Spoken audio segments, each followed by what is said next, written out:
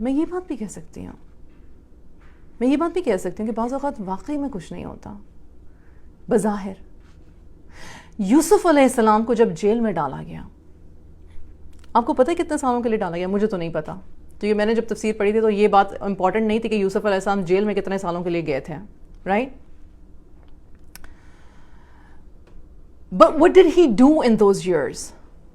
Nothing. He did ibadah and he preached about Islam. وہ جہاں پہ تھے, جس ماحول میں وہ سٹک تھے, جس الزام کے ساتھ وہ سٹک تھے, جو ان کے ارد گرد لوگ تھے, ان کے ساتھ بس صرف دین کی بات ہوئی. اللہ سبحانہ و تعالیٰ نے ان کو خوابوں کی بشارت دی, خوابوں کو سمجھنے کی بشارت دی. اور پھر کئی سال بعد دو ایسے لوگ آئے جن کا قرآن میں ذکر پڑھتے ہو, ایک نے اپنا خواب بتایا, ایک نے اپنا خواب بتایا. یوسف علیہ السلام نے کہا جاؤ جا کے خواب جاؤ. جب ریلیز ہو, جو شخص بچ جاتا ہے اس کو یوسف علیہ السلام نے اسپیسیفک انسٹرکشن دی بادشاہ کو بتانا ایک شخص ایسا جیل میں ہے.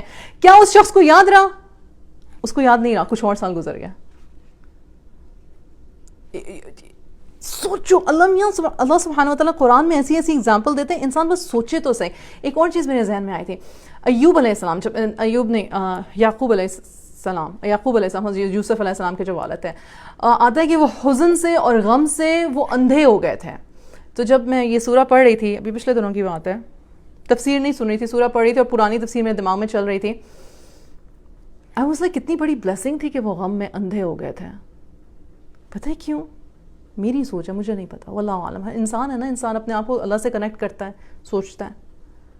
ان کی باقی ساری اولاد ان کی آنکھوں کے سامنے تھی, اور اسپیشلی وہ بچے جو یوسف علیہ السلام کو اس کنویں میں پھینک کر آئے تھے, اور پھر جنہوں نے کہا تھا کہ بھیڑیا کھا گیا.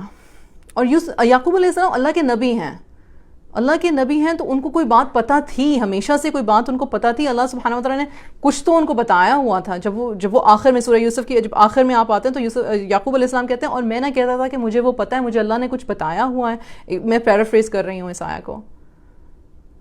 یہ میں اس شخص کو جواب دے رہی ہوں جو کہتا ہے کہ بعض اوقات کچھ نہیں ہو سکتا, کچھ بھی نہیں ہو سکتا. تو یوسف علیہ السلام کی سٹوری میں ہاں ایسے مواقع تھے. یعقوب علیہ السلام کچھ نہیں کر سکتے تھے, وہ بھاگے ہوئے نہیں گئے واپس جنگل میں اس ویل کو ڈھونڈنے, وہ نہیں گئے, کچھ نہیں ہو سکتا تھا, دیر ہو چکی تھی.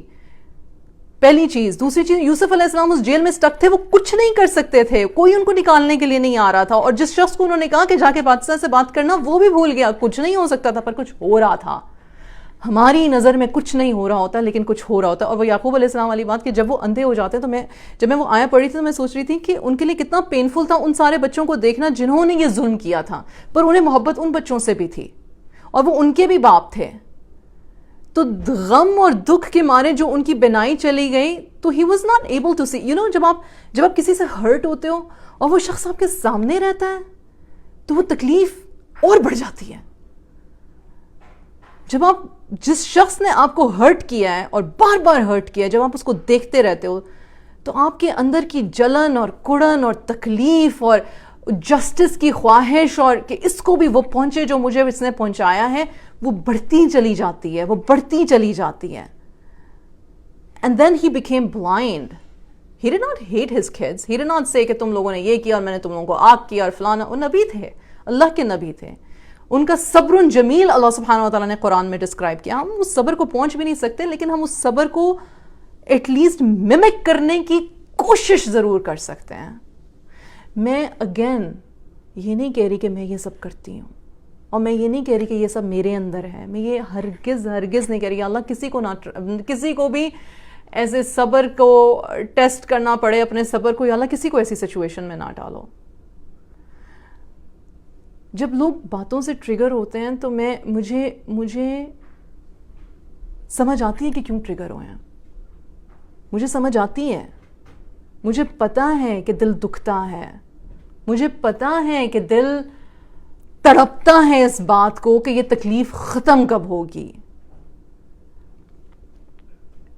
جب میں کہتی ہوں کہ وکٹم سے, پرسیکیوٹر سے, ریسکیور موڈ سے آگے نکلو, جب میں کہتی ہوں گوگل کرو اپنے, یا جو بھی کرتے ہو, سفاری کرو, گوگل کرو, کروم کرو, I don't understand how you find out things, but read, اقرا. اللہ سبحانہ وتعالیٰ کا پہلا حکم تھا اقرا, قرآن کے ساتھ باقی سائنسز بھی اقرا کرو. سمجھو, اپنی ہیومن سائیکالوجی کو سمجھنے کی کوشش کرو. ہر بات, ہر چیز آپ پہ لاگو نہیں ہوگی, لیکن کہیں کچھ تو کلک ہوگا, کہیں پہ تو حرکت ہوگی. اور ہم اگر ایک جگہ پہ بیٹھے ہیں اور ہمیں لگ رہا ہے کہ ہم سٹک ہیں، تو اس میں صرف ایک جو زبانی کلام ہے، ایک عبادت کی حرکت ہے اور اللہ سے کلام کی حرکت ہے اور قرآن کو سیکھنے سمجھنے کی جو حرکت ہے وہ بھی برکت لے کر آئے گی ہماری زندگی میں.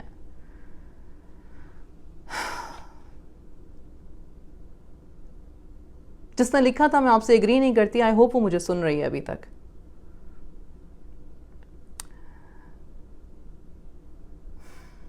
ایگری کرنے کے لیے میں باتیں نہیں کر رہی ہوں.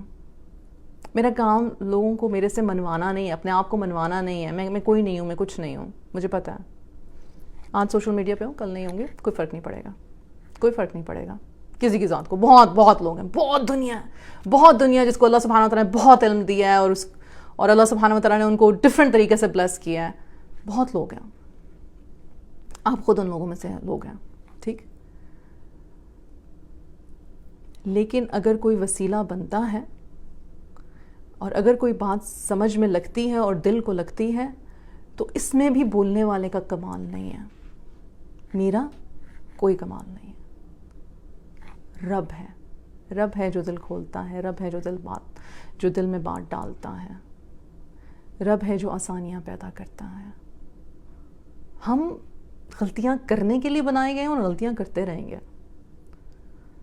پر ہماری زندگی وہ ہے نا، you live only once, YOLO. YOLO there is, you live only once, but YOLO with common sense, YOLO with تقوی، یولو ود دس ایسنس کہ یہ جو زمین جس پہ کھڑے ہو اس کے نیچے جانا ہے، اس کے نیچے جانا ہے. مٹی ہو مٹی خاک ہونا ہے. میں مٹی ہوں، میں نے مٹی خاک ہی ہونا ہے، میں مٹی خاک ہی رہوں گی. وہ جس کو کہتے ہیں رب کے فضل سے درجات بڑھتے ہیں، وہ تو جب رب کے سامنے کھڑے ہوں گے تو پتہ چلے گا. ابھی کیا ہے؟